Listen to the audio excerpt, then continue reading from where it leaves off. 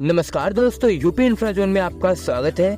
आज की इस वीडियो में हम लखनऊ मेट्रो प्रोजेक्ट की बात करेंगे और इसको डिटेल में देखेंगे। दोस्तों, लखनऊ मेट्रो एक मास रैपिड ट्रांजिट सिस्टम है जो कि हैवी रेल और मेट्रो के नाम से भी जानी जाती है। टिपिकली ये हाई कैपेसिटी पब्लिक ट्रांसपोर्टेशन है और ये अर्बन एरियाज के लिए बिल्ड की गई है। एज पर कंडीशन इसको इंटीग्रेटेड, एलिवेटेड और अंडरग्राउंड भी किया गया है। मेट्रो नेटवर्क का डिजाइन और अलाइनमेंट एज पर detail state line, cross, X shaped, two crossing path, second radial, circle radial, complex grid, extended loop, as पर डिमांड इसको डिजाइन किया जाता है। अब यहाँ पर दोस्तों जो बहुत ही बिजीएस्ट रूट होते हैं वो सर्कल रेडायल में डेवलप होते हैं, यानी कि पूरी सिटी को एक सर्कल मेट्रो कॉरिडोर में कनेक्ट कर दिया जाता है। वहीं जो सिटी का मेन एरिया होता है फिर वहां से नेटवर्क शुरू होता है और विभिन्न पॉइंट पे उस सर्कल से जाकर जुड़ता है और ये बहुत ही एफिशिएंट रूट माना जाता है। इससे ट्रेवल टाइम काफी बचता है और ये काफी ज्यादा फास्ट होता है। और ये सर्कल रेड आयल का जो अलाइनमेंट यूज किया जाता है ये दिल्ली मेट्रो और टोक्यो मेट्रो में भी यूज किया जाता है। और आपको पता है कि टोक्यो मेट्रो वर्ल्ड की one of the most efficient metro network है। इसके अलावा दिल्ली मेट्रो भी वर्ल्ड के टॉप मोस्ट एफिशिएंट मेट्रो में शामिल है। लेकिन दोस्तों ये जो सर्कल रेड आयल अलाइनमेंट होता है ये काफी कॉस्टली होता है और छोटे शहरों में इसको डेवलप करना मुश्किल होता है। हालांकि मेगा सिटीज के लिए बहुत ही अच्छा ऑप्शन होता है, लेकिन जो टीयर 2 सिटीज है, टीयर 3 सिटीज है, हालांकि एफिशिएंट तो होता है लेकिन फिर भी दोस्तों कॉस्टली होने के कारण ये सेटअप नहीं हो पाता है। हालांकि इस प्रकार के सिस्टम को हम उन अर्बन सिटीज में भी डेवलप कर सकते हैं जहाँ पर ग्रोथ की बहुत ज्यादा उम्मीद हो। अब हम बात करते हैं लखनऊ मेट्रो की। तो अगर हम लखनऊ मेट्रो को देखें तो यहाँ पर दोस्तों एक प्रकार का रेड आयल अलाइनमेंट ही है।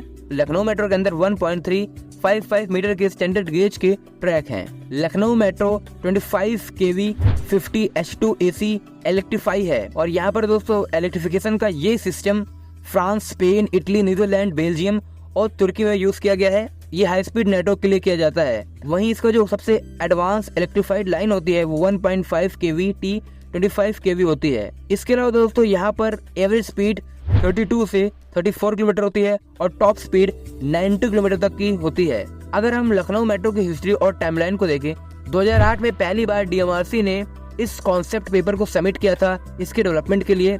और यहाँ पर दोस्तों ये proposal BSP led Mayawati government ने रखा था। 2009 में लखनऊ डेवलपमेंट अथॉरिटी और DMRC के बीच एक एग्रीमेंट साइन हुआ था इस मेट्रो कॉरिडोर के डेवलपमेंट के लिए। 2013 में SP led Akhilesh Yadav government ने मेट्रो नेटवर्क के डेवलपमेंट के लिए क्लियरेंस दे दिया और कई सारे अप्रूवल दे दिए। वहीं स्टेट गवर्नमेंट ने लखनऊ मेट्रो रेल कॉर्पोरेशन के फॉर्मेशन को अप्रूवल दे दिया। 2013 में ही यहाँ पर इसका नया DPR तैयार हुआ और रिवाइज DPR को अप्रूवल दे दिया गया और इस DPR को DMRC ने बनाया था। दोस्तों LMRC एक स्पेशल पर्पस व्हीकल था उत्तर प्रदेश गवर्नमेंट और सेंट्रल गवर्नमेंट और इस SPV को इनकॉर्पोरेट किया गया था अंडर द कंपनीज एक्ट 1956 25 नवंबर 2013।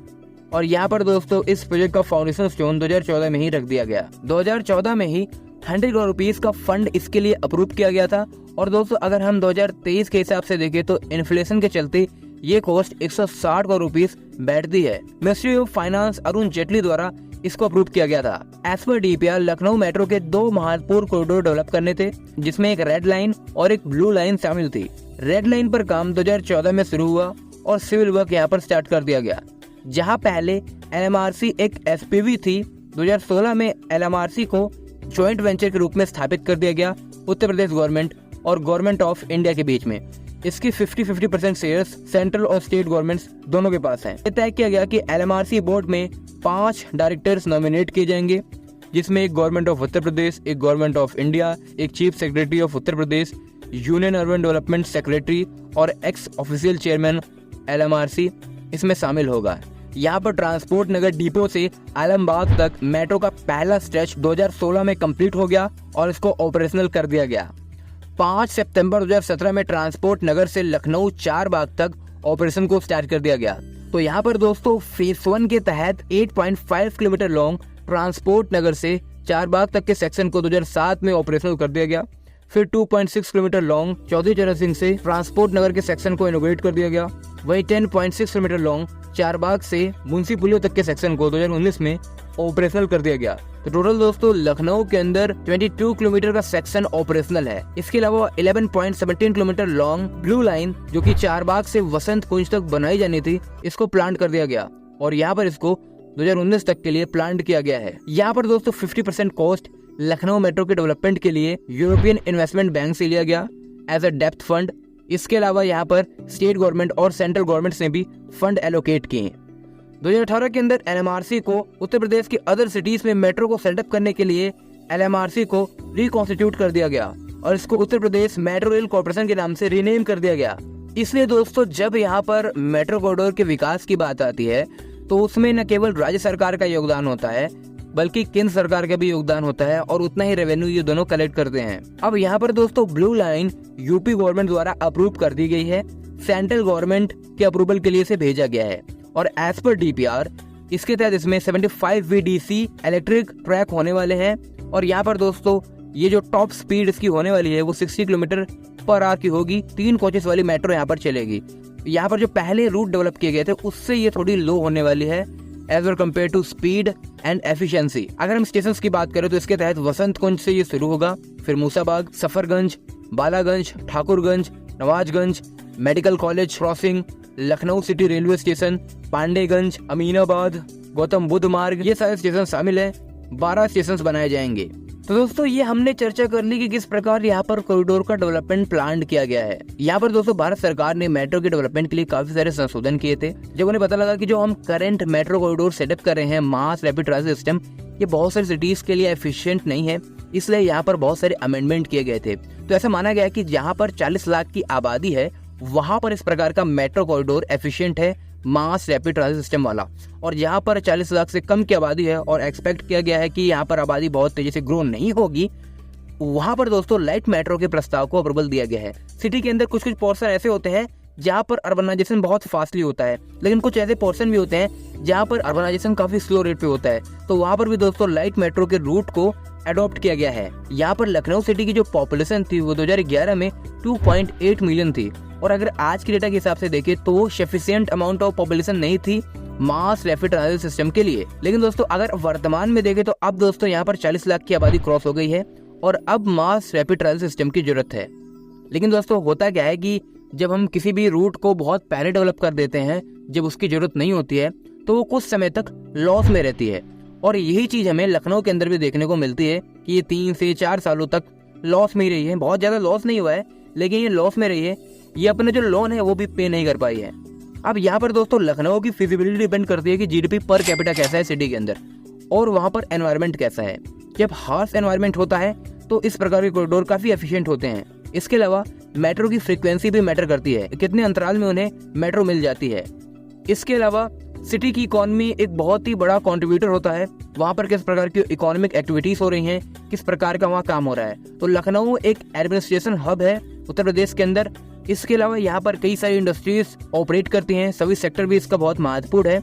इसलिए दोस्तों यहाँ पर अब ये धीरे धीरे प्रॉफिटेबल देखने को मिलेगी।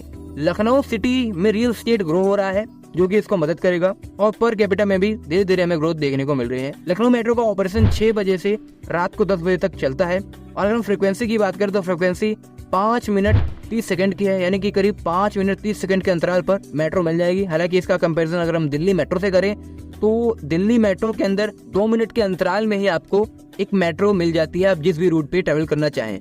तो इस प्रकार की दोस्तों फ्रीक्वेंसी का अंतर है। हालांकि लखनऊ जैसे शहर के लिए ये फ्रीक्वेंसी काफी डिसेंट है। और अगर दोस्तों हम लखनऊ की राइडरशिप की बात करें तो जहां ये एक समय 10,000 थी वहीं 2023 में ये बढ़कर 70,000 हो गई है और 2024 के फर्स्ट डे में ये 1,30,000 पैसेंजर्स को अचीव करने में सफल रही है। हालांकि अगर हम डेली राइडरशिप की बात करें तो ये 70 से 90,000 के बीच में है। दोस्तों जनरली जो मैंने एज्यूम किया है, अगर आप मास ट्रांजिट सिस्टम डेवलप कर रहे हैं तो उसके जो लॉन्ग रूट होते हैं, फॉर एग्जांपल वो अगर 20, 30, 40 किलोमीटर के होते हैं तो वो काफी एफिशिएंट होते हैं।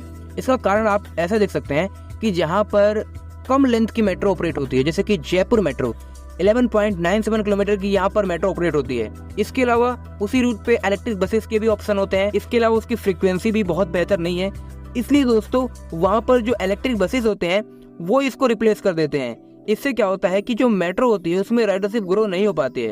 हालांकि जयपुर मेट्रो भी धीरे धीरे ग्रोथ कर रही है। अब हम बात करते हैं लखनऊ मेट्रो की। तो यहाँ पर दोस्तों लखनऊ मेट्रो की फ्रीक्वेंसी तो सही है, इसके अलावा रूट भी 21-22 किलोमीटर के आसपास है, तो यहाँ पर लेंथ ऑलमोस्ट सही है। और इसीलिए यहाँ पर दोस्तों लेंथ का एक्सपांसन जरूरी है, क्योंकि अगर लेंथ का एक्सपांसन होता है तो राइडरशिप ऑब्वियसली बढ़ती ही है, और बढ़ती इसलिए भी है सघन आबादी में जब कोई रूट जाता है तो वहाँ पर लोग पब्लिक ट्रांसपोर्टेशन के जो ट्रेडिशनल मीडियम रहते हैं उसकी बजाय नए या मॉडर्न मीडियम को यूज करना पसंद करते हैं, क्योंकि उससे उनका समय बचता है। तो इसलिए दोस्तों यहाँ पर इसका एक्सपांसन बहुत जरूरी है। सेंट्रल गवर्नमेंट जब इसको अप्रूवल दे देगी उसके बाद दोस्तों यहाँ पर फंड का अलॉटमेंट होगा, और जैसे कि आपको पता लग रहा है कि ये जो रूट है इसमें 4000 करोड़ से अधिक का खर्च आने वाला है। इसके अलावा गवर्नमेंट ने अपनी उत्तर प्रदेश मेट्रो पॉलिसी में एक चीज और लाई है कि जो स्टेशन है, स्टेशन के अगल बगल के एरिया को एज ए इकोनॉमिक हब के रूप में डेवलप किया जाएगा। और दोस्तों जब इकोनॉमिक हब के रूप में डेवलप किया जाएगा, Uttar Pradesh metro rail corporation को काफी सारा एरिया यहाँ पर एलोकेट होगा, उस एरिया को यूज करके वो रेवेन्यू जनरेट कर पाएगी। तो ओवरऑल दोस्तों यहाँ पर मल्टीफेशेड गवर्नमेंट इनिशिएटिव चलने वाले हैं इसको प्रॉफिटेबल बनाने के लिए। आज की इस वीडियो में इतना ही। अगर आपको ये वीडियो पसंद आए तो वीडियो को लाइक करें, चैनल को सब्सक्राइब करें। धन्यवाद आपका ये वीडियो देखने के लिए। मिलता है नेक्स्ट वीडियो में।